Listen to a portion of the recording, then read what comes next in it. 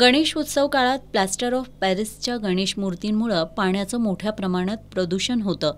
त्यामुळे केंद्रीय प्रदूषण नियंत्रण मंडळानं 12 मे 2020 रोजी मार्गदर्शक सूचना जारी केल्या होत्या. यावरून पावसाळी अधिवेशनात आमदार अजय चौधरी यांनी यावर प्रश्न उपस्थित केला. याला उत्तर देताना मुख्यमंत्री एकनाथ शिंदे यांनी पर्यावरणपूरक गणेश उत्सवाला चालना देण्यासाठी राज्यातील सर्व महानगरपालिकांना सूचना केल्याची माहिती दिली.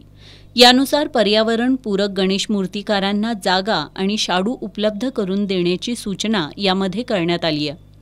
मात्र यावर अद्याप कोणत्याही प्रकारची कार्यवाही झाल्याचं दिसून येत नाही. गणेश उत्सवाला 2 महिने उरले आहेत. त्यामुळे लवकरात लवकर अशा पर्यावरणपूरक गणेश मूर्तिकारांना जागा आणि शाडू माती उपलब्ध करून देणं महत्त्वाचं आहे.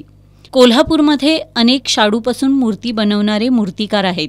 त्यांना चालना तसंच हातानं मूर्ती बनवण्याची ही कला लुप्त होऊ नये यासाठी त्यांना पाठबळ देणं गरजेचं आहे. यावर सामाजिक कार्यकर्ते प्रशांत मंडलिक यांनी या विषयाकडे गांभीर्याने पाहण्याची गरज असून यासाठी मूर्तिकार आणि मूर्तिकार संघटना यांनी पुढे येण्याची गरज व्यक्त केली.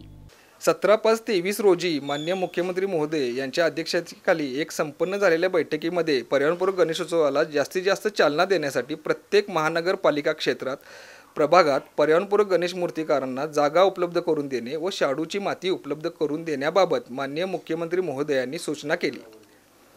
याबाबत आपल्या कार्यक्षेत्रात प्रत्येक प्रभागात उपलब्ध असलेल्या जागेनुसार प्रथम येणाऱ्यास प्राधान्य या तत्वानुसार केवळ पर्यावरणपूरक गणेश मूर्ती तयार करणाऱ्या मूर्तिकारांना आवश्यक ती जागा आणि पुरेशी शाडूची माती उपलब्ध करून द्यावी असे कळवलेले आहे. कलेचं माहेरघर म्हणून आपल्या कोल्हापूर शहराला ओळखलं जातं.